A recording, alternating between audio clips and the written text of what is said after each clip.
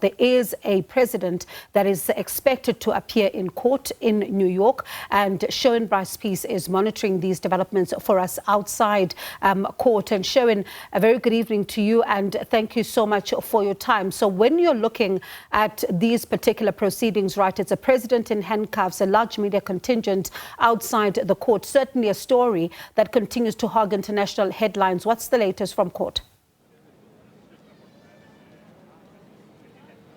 I think you described there, Bongi, where a spectacle that is playing out in front of our eyes across television networks around the world. We are but one television network here positioned outside the Manhattan Federal Court, where Nicolas Maduro and the First Lady of Venezuela, some say the former First Lady, Celia Flores, will be appearing on 4 counts, right? Narco-terrorism, conspiracy, cocaine importation conspiracy, possessions of machine guns and destructive devices, and conspiracy to possess machine guns and destructive devices. So that will all be happening in the courtroom over my left shoulder within the next hour or so. Very much an administrative first appearance. We don't know if Nicolas Maduro will be asked to plead to these charges. We don't know if he has defense representation. Has it been court appointed or appointed by himself?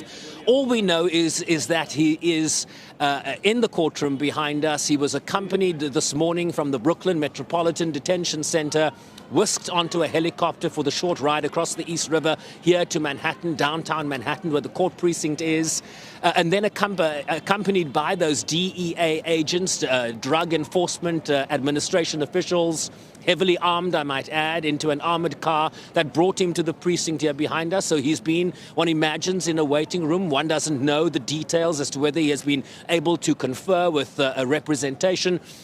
And so, we will be making it up as we go along here in terms of what happens next.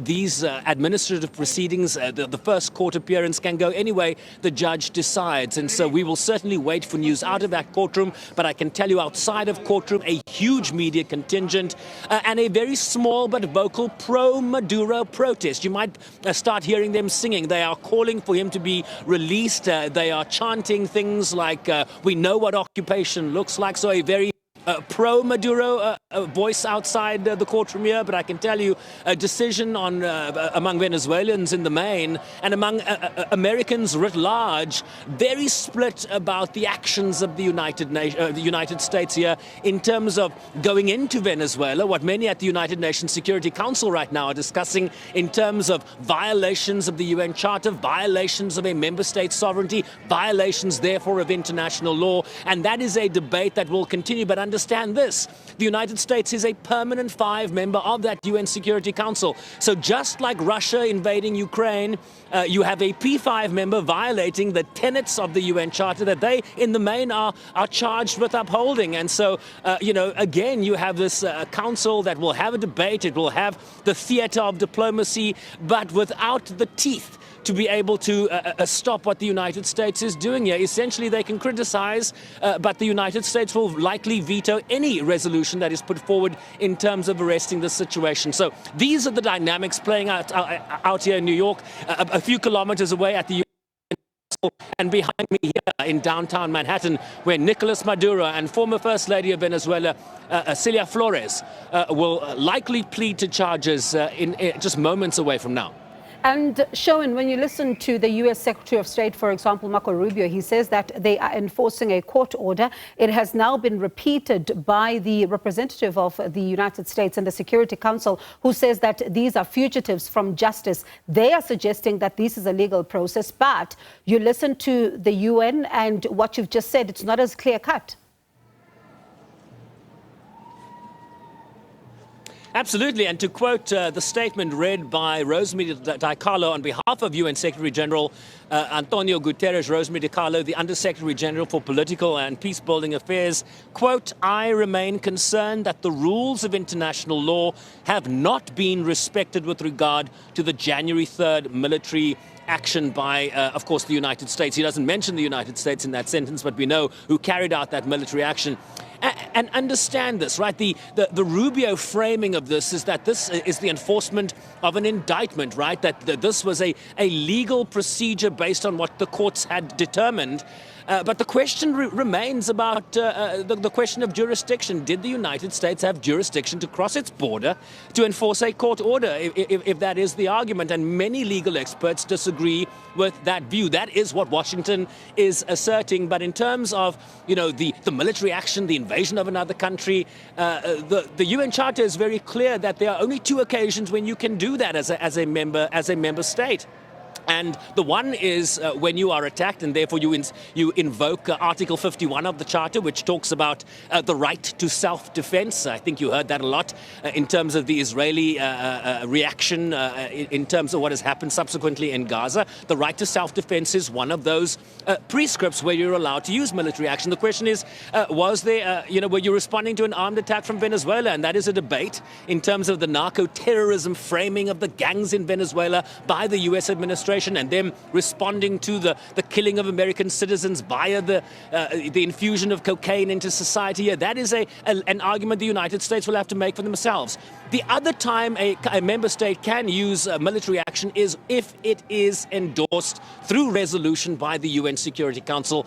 And you and I, Bongiwe, both know that didn't happen.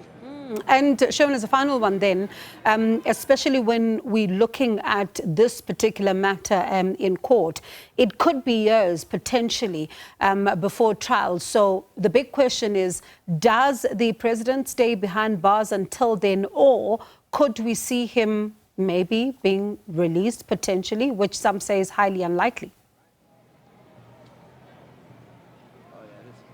Yeah, I've also heard the highly unlikely argument. That seems to be favored here in terms of just a few.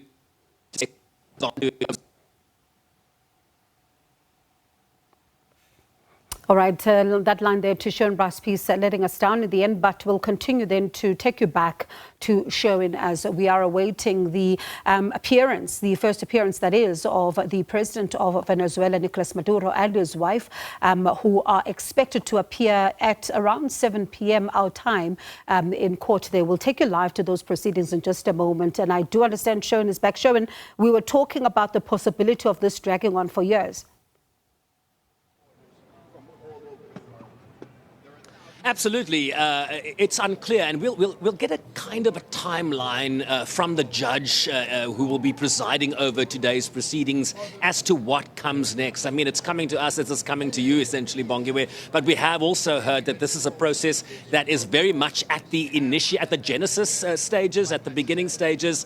So where we go from here could be months away, years away, and the question then becomes, does Nicolas Maduro and the First Lady of Venezuela, Celia Flores, remain incarcerated during that time? That seems most likely.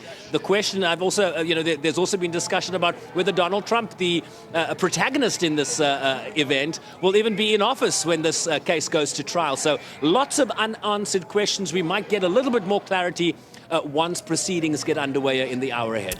And Sherwin, we'll circle back to you then as soon as the developments then continue in that particular matter.